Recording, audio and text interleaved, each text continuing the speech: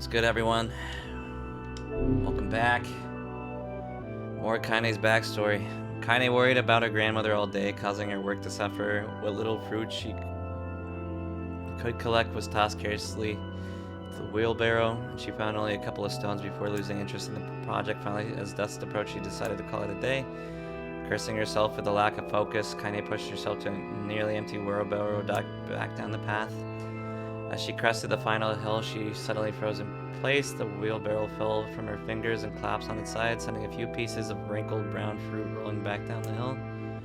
Her gaze was transfixed by a thick black cloud that hovered just ahead. Tracing its path with a finger, Kainé suddenly felt her stomach knot in itself. Oh no, God, no. Her grandmother's house was ablaze, the flame licking up as if it was trying to touch the sky itself. Grandma? Grandma!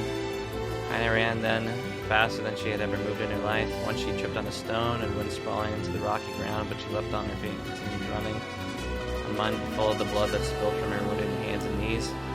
As she got closer and closer, Kainé's mind began to race in time with her footfalls. It's too dark, not just fire. Can't be fired, too much smoke, gotta save her. She burst into the front yard and came to a sudden halt. Her worst suspicions confirmed. Smoke from the fire was mingling with the thick, inky blackness from the enormous shade. A massive creature supported itself on the twisted feet, and she balanced the means of a large, armored tail. Scales, horns, and claws sprouted from its body in a random, chaotic pattern, giving it the appearance of a lizard designed by insane god. Seeing Kainé, let out a roar and flickered its tail, sending a small whirlwind spinning around the yard. For a moment, the creature retreated into a shimmering, inky blackness, as if her mind was unable to comprehend such a thing could actually exist, but then the smell hit her, a blend of rotted meat and excrement. The horror became real once more. The creature bellowed again, and this time Kainé responded with a scream of her own. Alright, you bastard, she thought her scream echoed off the high cliffs around them. It's you and me, let's go. The shade-eyed Kainé with amusement and interest, and began looking for her to the house and back again, as if urging to look at the destruction it had so gleefully wrought. With dread building in her heart, Kainé glanced toward the house. Through the smoke and flame, she spotted the small figure struggling to escape the ruins. Grandma, the sound of her own voice. The old woman began waving frantically. She's alive, thought Kainé, alive. Kainé's legs sprang to life as she raced down across the yard from the flaming wreckage of the house. Before she could advance more than a few steps, the shade opened its mouth and let out a roar powerful enough to uproot the trees and send them flying. The blast sent Kainé tumbling through the air before smashing her against the rocky earth. Stars danced in front of her eyes, and she tried to remember how her legs were. Get up, get up, get up, get up, get up, get up now. As Kainé struggled to her feet, the shade stomped toward the house and pinned her grandmother to the ground with a crooked paw. The old woman struggled to move the paw from her stomach, but she might have as well been pushing a mountain. She coughed briefly, sending a small spray of blood from the air, and collapsed to the ground, her energy spent. Kainé lurched to her feet, only to fall back with a gasp. Her ankles were on fire. One of them were surely broken. Ignoring the pain that screamed through her body, she began dragging herself to the ground, leaving a trail of dust and blood in her wake. Grandma, hold on just a little longer. Her grandmother's face was turning blue, her eyes rolling back until the whites were exposed. Kainé pulled herself across the ground. That was crazy. That's literally what they're doing. The distance seeming to increase every second that passed. The shade glanced between the two women and flicked out his tongue, its giant mouth turning up at the corners. Short, panting breast belched from somewhere deep inside its core. Fast, laughing out. She had no idea how much a mindless creature could experience emotion. There could be no doubt the shade was taking joy in their suffering. As I see your plan. The shade moved his claw slightly around Grandma and breathed again. It was clearly keeping her alive to only step out of her life and Kainé was close enough to touch her. Kill this bastard. Summoning all her strength, Kainé rose to her feet. There was a sickening snap from her right ankle as the foot twisted backwards. She forced it from her mind and began to hobble toward the monster, pulling a small knife from her pouch in her waist. She leapt to the foot that was pinned her grandmother and plunged the weapon deep. Give her back, she screamed. Give her back to me. It's like stabbing a rock. After a few swipes, the knife broke the hill with a dull snap. Shades panted and laughed her again, then raised its tail and sent it rushing through the air toward the young girl that was lashed onto its foot. Kainé never had a chance to tail struck her square in the chest and sent her crashing with the burning wreckage of the home. She lay on the ground with blood pouring from the multiple wounds. A small, weak voice spoke up, Kainé? Kainé's vision was blurred, but she forced herself to focus on the sound. Finally, her eyes cleared enough to make her grandmother's hands reaching out through the smoke. Grandma, Kainé, you gotta run. You can't best this one. Kainé grabbed the hands and held on with all her strength. Grandma, come on, we have to go. The old woman coughed loudly. One of her hands, slick with blood, slipped away from Kainé's grasp and thumbed to the ground below. Grandma, no. I said run, goddammit. You have to live. You have to get through. The thought would stay forever unfinished before she could say another word. The shade's clawed foot descended, smashing through the remains of the roof and down upon the shattered figure of the old woman. Blood oozed from gapes and the creature's toes as the terrible, putrid smell assaulted Kainé's nose once again. She stared at the foot, dumbfounded, convinced that she was seeing could not possibly be real. When the creature finally lifted its appendage, all that remained underneath was a twisted, unrecognizable mass of rubble and red. Her grandmother was gone. Kainé blinked, trying to feel the hands which had just been in hers a moment before. For a fleeting instant, she could remember the warmth of the embrace, the trembling of the fingers, but the sensation drifted away on the breeze and was gone. Memories flushed through Kainé's mind, one after the other, faster and faster, until they became a meaningless jangle of noise. Kainé screamed, then a thunderous sound that echoed off the hills seemed to roll away forever. The shade eased forward, black liquor pouring from its mouth and dissolving into the smoke on the ground below. The earth shook with every step as it crept towards its prey. Kainé's body slowly rose as it was controlled by a mad puppet master. Her arms and legs were bent over at impossible angles, her head lolled dangerously to the side, yet somehow she managed to stand. Her eyes began to glow a deep red fire. The creature, so confident just moments before, took a slow, hesitant step backwards, trying to discern if this broken human could possibly pose a threat. Kainé seized the moment, laughing like a madwoman. She leapt through the air and plunged shattered hilt on her knife deep into the leg of the shade. The shade shook Kainé off like a fly, sending her crashing to the earth once again. Her chest rose and fell slowly as its great weight was resting on it. Moist sounds of pain echoed through her mind. Something warm and thick oozed from her ears. Is that blood? I think I'm bleeding to death. No, I can't die. Grammy told me to live. Deep inside Kainé's mind, something finally broke. The sound, the pain, the smoke, and the flames, all of it faded away until all that remained was a single incantation repeated over and over again. Kill it. Kill it, kill it, kill it, kill it, kill it, kill it, kill it, kill it, kill it. Holy crap. Kill it now. As the spark that was Kainé slowly began to flicker and die, she felt her desire to kill and her desire to live bend into one. The distance between heartbeats grew longer and longer and longer.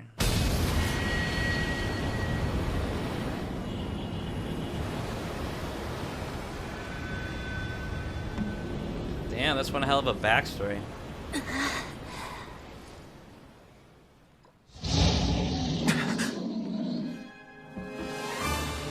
The beast approaches. Oh, I know. It's kind of hard to take seriously after like seeing what happened in the end.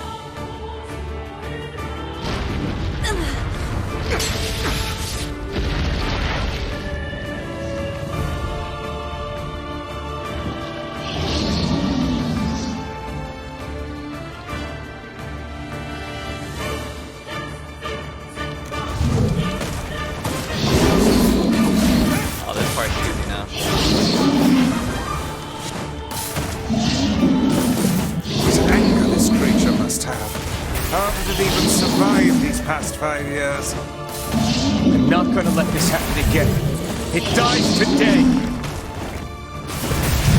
My sword feels lighter. It's not the blade, but the skill of the user. Strike it down.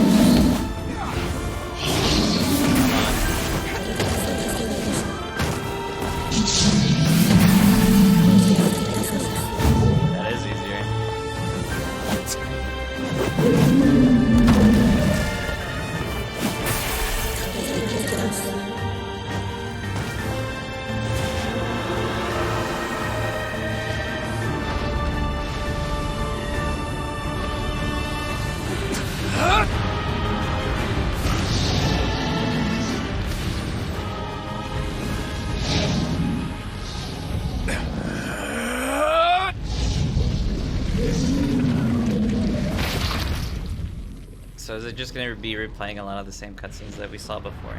That's what it seems like.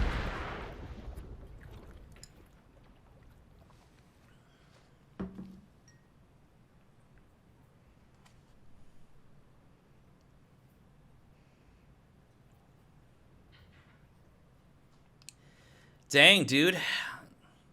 Oh, another one? God damn it.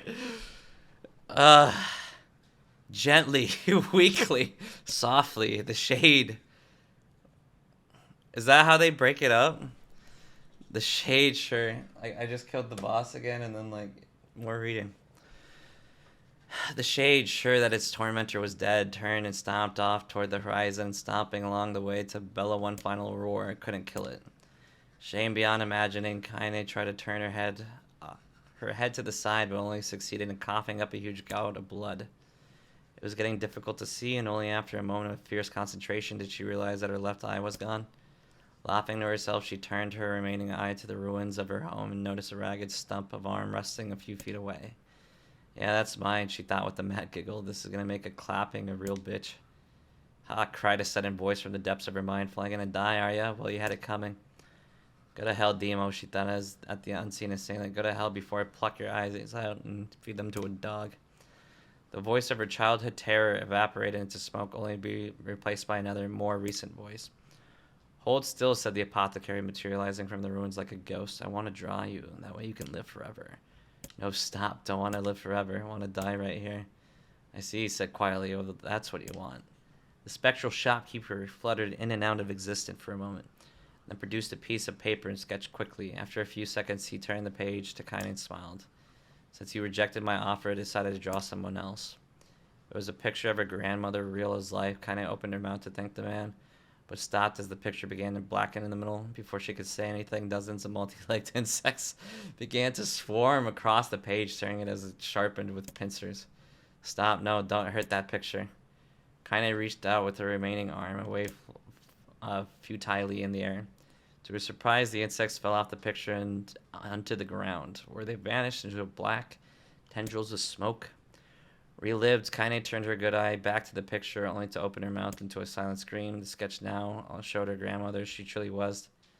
A smashed, unrecognizable lump of nothing. The apothecary smiled, then broke into a jolly dance. See that? He cried as he danced his jig. It's perfect now. She looks just like you. Ha-cha-cha-cha. I look like that? Oh God, I'm gonna die. I'm gonna die. Drowning in despair, Kainé led her head in the mud and smoke of her ruined house and waited for the end to come. But just before she let go of everything, an unfamiliar voice began whispering in her ear. Ain't you got a wish, sunshine? The voice was vulgar and fierce at the same time, as if insanity had somehow found a way to take from her. Kainé wanted to scream as the voice crawled under her skin, but her lungs refused to work. You know, a wish, like a prayer or something? Why don't you get on your knees and start praying to heaven? Please, invisible man in the sky, save me, save me, ka-ha-ha-ha. Kainé finally retorted, shouting at the voice within her mind. I don't make wishes, they don't come true for me. I'm a cursed freak. I should be left to die. The other voice boomed in her ears, wah-ha-ha-ha. Oh God, you were the best. Kainé glanced down and saw a black, shiny, rubbery substance oozing from her leg. She tried to brush it away, but her remaining arm would no longer respond. The substance slowly crept around her feet and then began moving up to the rest of her body. Is this death? Is this what it's like, or is my mind just losing itself? She could feel slime oozing upward, feeling the hot stirring pain it left in its wake. Whatever else might happen, she was still alive and this was real. Come on, said the voice, let it go. And I tried to ignore the voice and concentrate on the pain, but the newcomer would have none of it. Don't ignore me, sunshine. You're ready to give up, ready to die, so why not let me have it? Have what? Your body. Come on, give it to me, give it to me. I want to stand on the ground, feel the rain, taste the wind. The voice paused as if it's licking its lips. When it resumed, it was filled with mad and unabated joy. I want to take your hands and use them and choke the goddamn life out of people. I want to tear out their throats and bathe in their blood just like before. In response, Kainé shifted her head and vomited. The warmth of it crept down her front, mingled with the pain of encroaching black ooze. Are you a shade? Yeah, maybe, what of it? The slime reached her face, crept up past her nose, and slowly oozed into the socket of her missing eye. The moment of it touched her brain, Kainé was still struck by the most powerful sensation she had ever felt in life. It was ecstasy. She wanted to scream with delight, but all she could manage was a small, whispered moan. Feels good, doesn't it? Asked the voice with a chuckle. Yeah, what can I say? I know how to please the ladies. Now give me that body. Come on, give me, and I'll give you more of this feeling. It's a fair trade. A black lump began to protrude from Kainé's side as she watched it grow longer and thicker, eventually taking the form of her missing arm. I could see better, she thought. My eye must be growing back too. The slime reached up to envelop the rest of the face, but she managed to brush it away. Stop, she whispered, marveling that as she regained her voice. Stop. The black ooze hesitated as if considering this request, then quickly shimmered down her body before disappearing in a cloud of smoke. Ah, what the hell, Sunshine, screamed the voice. We had a deal. I thought you wanted to die. Grandma said, can't die yet. A brief image of her grandmother, bloodied and broken, flashed before her eyes. She saw the shade that had killed her and heard its mocking laughter. And closing her eyes, it forced it from the image of her mind. Her whole body was quaking with rage. When she opened her eyes again, they burned bright red. That thing took my grandmother. I have to kill it before I die. Kainé glanced down and saw a mysterious pattern. The pattern of the shades burned itself into the left arm. Well, I'll be damned, said the voice cheerfully. Look at that, Sunshine. I think you and me are going to be good friends now. Kainé stared intently at her arm. The more emotional she felt, the more the letters seemed ready to puncture her skin and begin infecting the rest of her body. The arm clearly had a will of its own. Stop, gotta stop. Holding her left arm in her right, Kainé took a deep breath and tried to calm herself. Come on, don't fight it, pleaded the voice. Hate's my favorite dish, and I'm hungry. Let it go, feel the anger, burn with the fire of revenge, thirst for blood, and then go out there and shut up and get out the hell out of my body. Your body, oh that's rich, Sunshine, real rich. Look, why don't you just shut up and die so I can have this body all to myself? What do you say? I bet those buddies of yours in the army would love to see you dead. Kainé grabbed a nearby shredded glass and tried to saw out the shade-infected portion of her side. Before she could, her darkened left arm grabbed her wrist, crushing it. Kainé screamed and dropped the shard as the sound of her bone crunching filled the air. God, stupid idiot girl, you're possessed now, Sunshine, and there ain't no going back. The voice laughed again, a loud, long wail that seemed to go on without end. Possessed, whispered Kainé. Yeah, possessed, you and me. We got what you might call a timeshare arrangement. Remember how folks used to think you were a freak? Well, wait until they get a load of you now. Kainé looked up, tears in her eyes. The sky seemed smaller, somehow darker.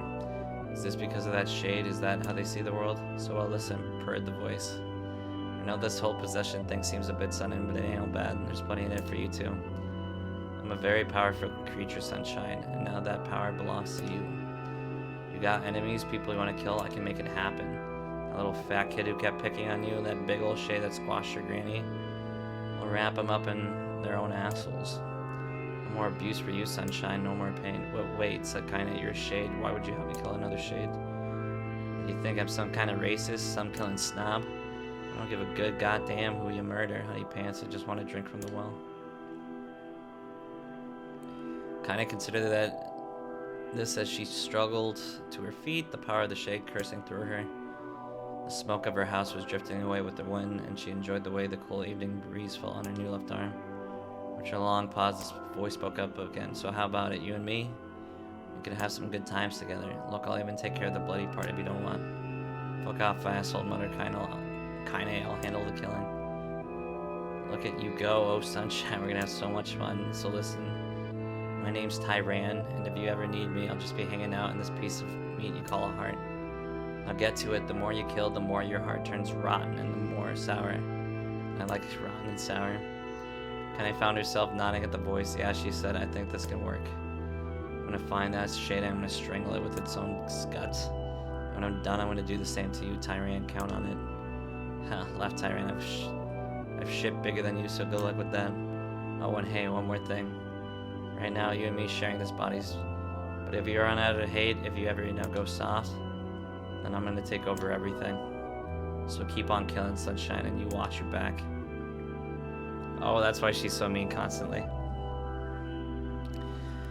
The voice grew fainter and gradually faded away, fading to somewhere deep inside Kainé herself. Kainé waited until she was sure the voice was gone, then waved her new left arm around a few times. It feels perfectly normal, she thought. It felt like mine. Desperately, she began poking around, prodding the new limb, determined to find something wrong with it. She didn't want to feel normal. That would mean the creature inside her had already won. I am not a shade, I am Kainé. Repeating this mantra in her mind, she slowly began digging through the rubble of her house, being careful to ignore certain red stains spot in the corner. Finally, after what seemed like an eternity of heartbreaking work, she found what she was looking for. It was the wreath of the lunar tears. Though it had been through hell and back, the garland's petals were brighter than ever. Kainé started to place it in her hair, then slowly laddered the wreath and stared at it. I'm sorry, Grandma. I'm so sorry, but I don't deserve to wear this anymore. I'm possessed, corrupted, a freak. And this time I don't think there's any going back. Holding the flowers to her heart, Kainé fell to the ground and sobbed. As night gradually lightened to dawn and the people of the area rose to their daily lives, she remained in that position as if tears can somehow wash away the horror that now infected her world. Alive! Stay alive! Stay alive! Grandma. Oh! Kainé, you That gotta makes sense live! why she said You gotta grandma. come back to us!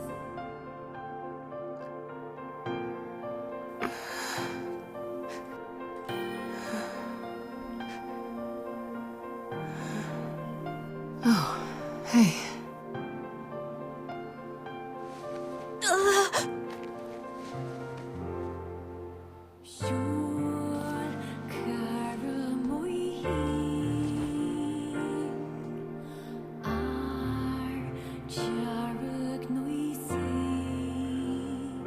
Emil, you were the one calling me, weren't you? You still recognize me? Of course. I knew you right away. Thank you, Kainé. Welcome back, Kainé. Wow, you grew up. So, how long has it been? 5 years.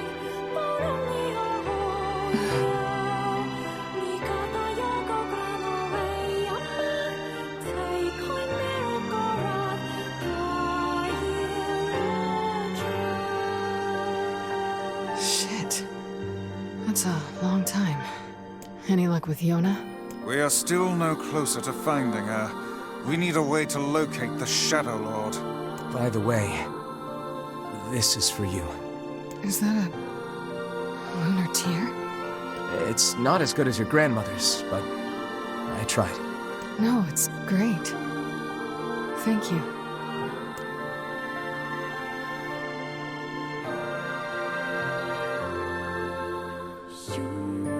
Kainé waking from her long petrified sleep.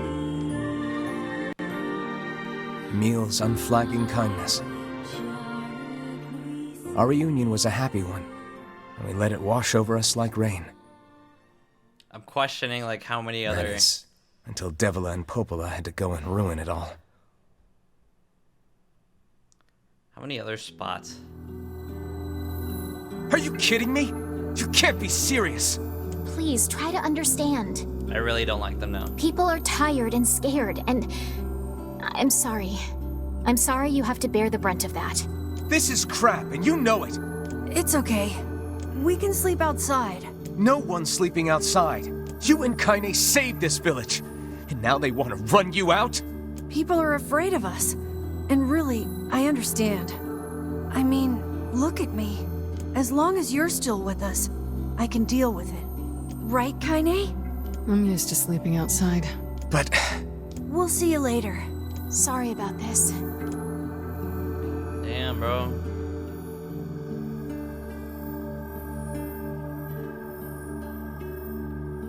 What is the matter? Kainé always sleeps outside. And it never even occurred to me. We should turn in. I'm just gonna skip the parts that I do know. I didn't get much sleep that night. For the first time in my life, I hated Devila. Okay. For the first time in my life, I doubted Popola. Those feelings are pointless in the end. The way they're writing it in terms of circles, This They is pretty said and genius. did what they did for the sake of the village. To protect it from the horror of the Shades. Re-experiencing it the second time after like beating the boss is kind of wild. Really, how can I blame Devila and Popola? In the end, I'm just as bad. Because I never once stopped to think about Kainé and Emil's situation myself. This is wild.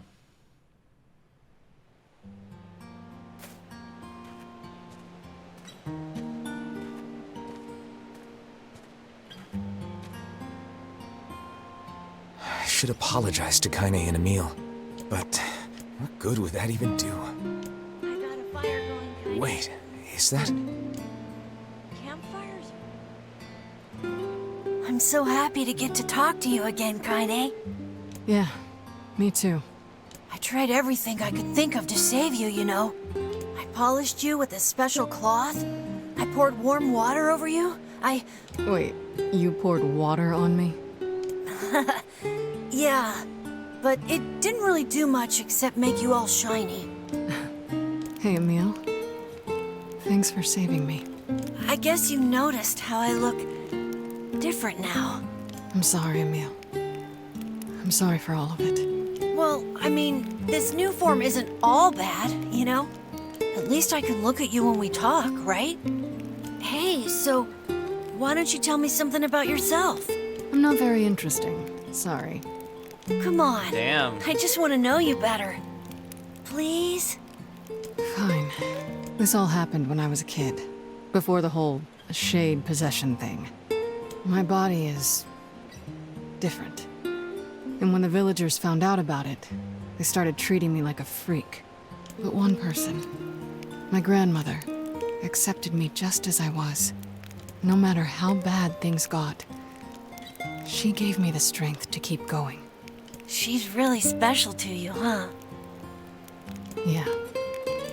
Oh, hey! That gives me an idea. Since we cured your petrification, we should start looking for a way to cure your possession in my body. I know we can do it if we all work together.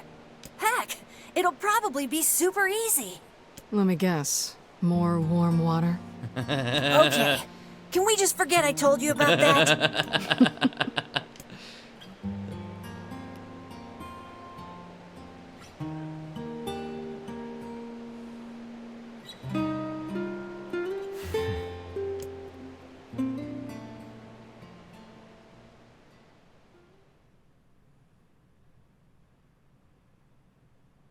Man, it kind of feels like a different game.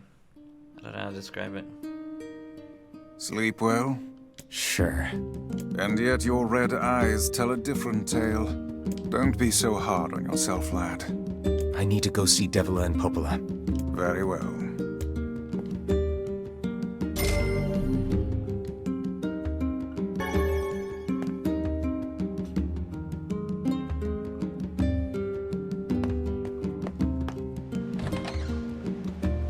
Oh, what was that? What might that be? It's Mom's diary. I have not heard you speak much about your mother. She got the Black Scrawl and died when I was little. My apologies for bringing it up. It's all right. I can barely remember her face anymore. This is the only thing I have left of her. Reading it helps remind me of when we were still a family. I see. But the final entries get a little strange. In what way? Well, here, take a look.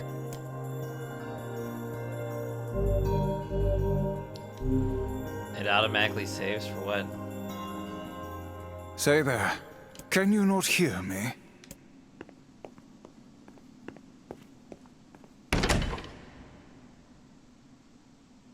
Why are you standing about like a slack-jawed ninny? Sorry. Felt like I was dreaming or something. Oh my god. Sleeping on one's feet is quite the talent indeed. Come now, there's the door. Right. Let's go. Dude, I wish I had a voice that bassy.